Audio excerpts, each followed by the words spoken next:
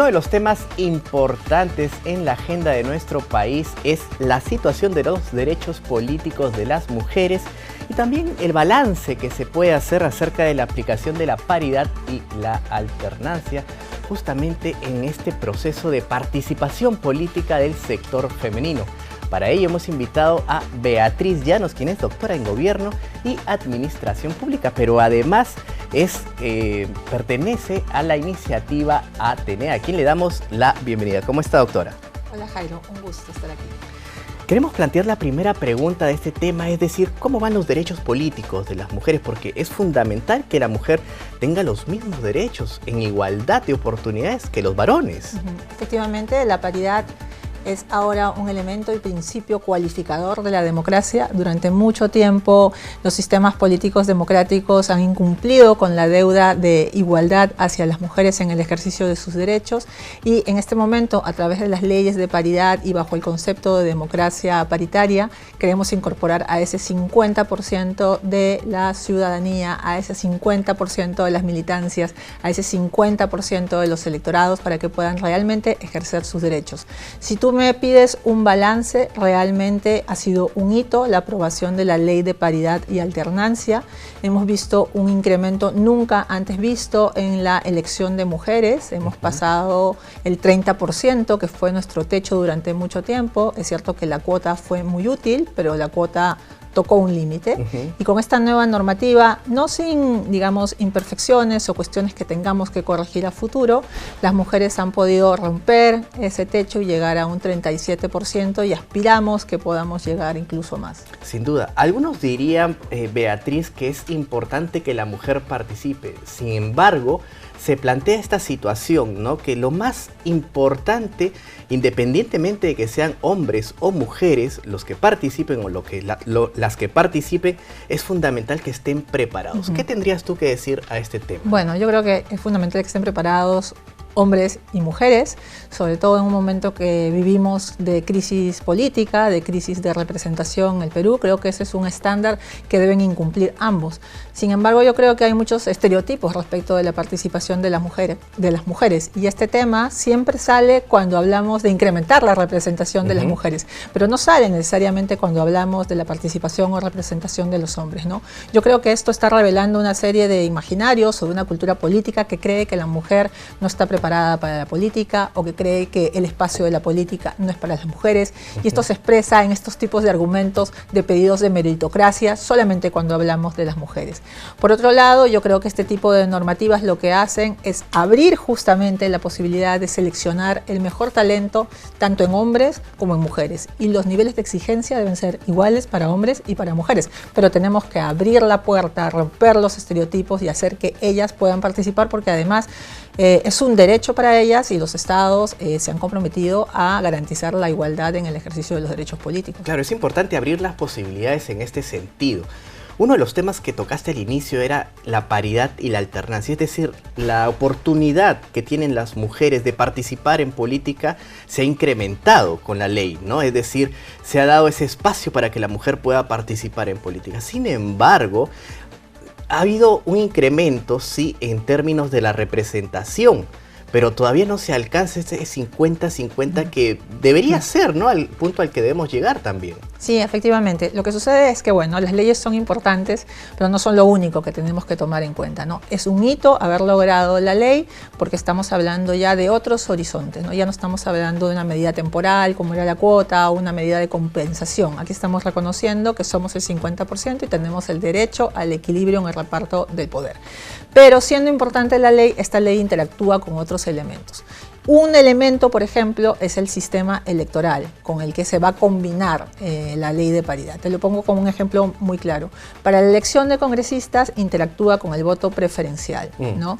Y en ese sentido no vamos a lograr una paridad de resultados, es decir, un 50-50%, porque el electorado decide, pero también en los electorados latinoamericanos todavía pueden persistir ciertos sesgos respecto de las capacidades de las mujeres. Y aunque las mujeres sí están obteniendo o sea, tienen un buen rendimiento electoral en cuanto a votos preferenciales, pues todavía también hay dificultades para las propias mujeres en la competencia, es decir, tienen una competencia desnivelada y eso también influye en sus posibilidades de éxito en la campaña. Dicen que el Perú cultural va por encima y va por delante del Perú legal, es decir, la forma de concebir las cosas de los peruanos va por encima de la ley, ¿no? Es decir, tenemos la norma de paridad y alternancia, tenemos este escenario en donde se puede elegir, ¿no? Por ejemplo, en el caso de los congresistas, uno puede votar por su congresista en particular, pero sin embargo, como bien señalas tú, el Perú cultural, es decir, las personas parece que tienen aún esos sesgos y piensan que las mujeres no están lo suficientemente preparadas para tener esos espacios políticos. Bueno, a eso también habría que añadirle otro elemento, ¿no? El elemento que tú mencionas es el de la cultura política. Efectivamente, arrastramos ciertos estereotipos y ciertos sesgos y además estos se acentúan en determinadas localidades del país, ¿no? O sea, digamos, no tenemos un país uniforme. Pero además también, para que la paridad sea efectiva y haya resultados, se requiere de un convencimiento, de una convicción de las organizaciones políticas. Lo que nosotros observamos, y esto también está en muchos de los estudios que se han presentado y que se están presentando, es que las organizaciones políticas actúan en clave de resistencia. Es decir, la ley me impone, yo cumplo lo que me dice la ley, pero en aquellos espacios donde la ley no regula, pues entonces yo me resisto y reservo el poder a los hombres. Ejemplo claro, si la ley me dice que yo tengo que llevar una lista, por ejemplo, para el Congreso de forma paritaria, 50% de hombres, 50% de mujeres, además hombre-mujer, mujer-hombre, lo que hago es encabezar las listas mayoritariamente por hombres. En el caso de las elecciones congresales, el encabezamiento de las listas tuvo solo un 22% de mujeres. Esto es muy relevante. ¿Por qué?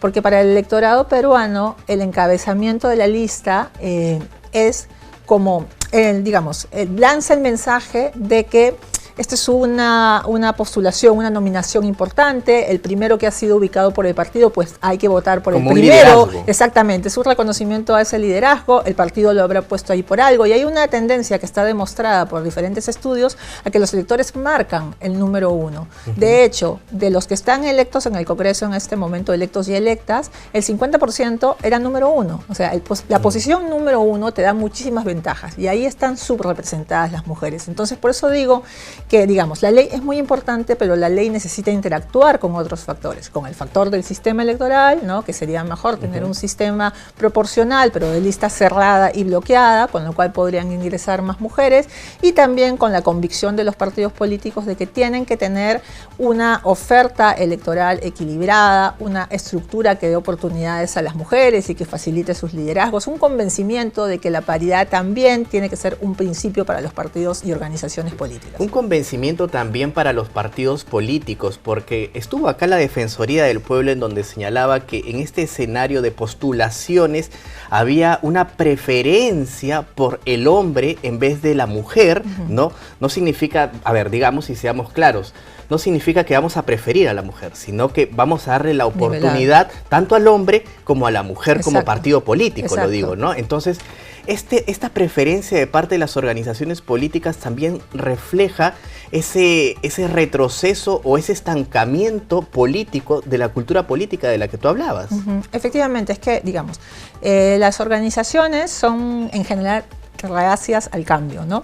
Las organizaciones políticas lo son más, o sea, hay que tener muchos incentivos para que las organizaciones cambien. Como las organizaciones no han cambiado por sí mismas como en otros países, en América Latina la herramienta ha sido la ley. Con la legalidad hemos logrado estos cambios. Lo que estamos tratando ahora es que esa legalidad también permee las voluntades, permee las estrategias, ¿no? Permee los planteamientos de políticas, y eso es lo que tenemos que lograr. Y yo creo que los partidos políticos tienen que ver la paridad no como una amenaza, sino como una oportunidad. Es decir, nosotros vemos los análisis, las mujeres están en las organizaciones políticas aún en la precariedad que estamos viviendo.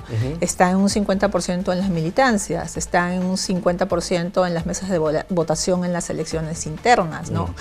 Sin embargo, hay un problema para que sean impulsadas en el liderazgo. Es que, claro, el juego de poder, ¿no? Y el preservar el poder y el compartir el poder es difícil, ¿no? pero necesitamos trabajar por una sociedad más igualitaria, por una sociedad más justa. Y las mujeres además pueden aportar diferentes perspectivas, experiencias, capacidades, ¿no? Y entonces yo creo que hay que verlo también en clave de aporte, ¿no? Y no solamente en clave de resistirnos a compartir la silla, ¿no? Sí, más que una amenaza es una oportunidad. Así lo ha dicho Beatriz Llanos, doctora en Gobierno y Administración Pública. Muchas gracias, Beatriz, por la información que nos has brindado en JN Noticias. Muchísimas gracias, Jaime. Bien, es momento de hacer una breve pausa, pero ya volvemos con mucha más información.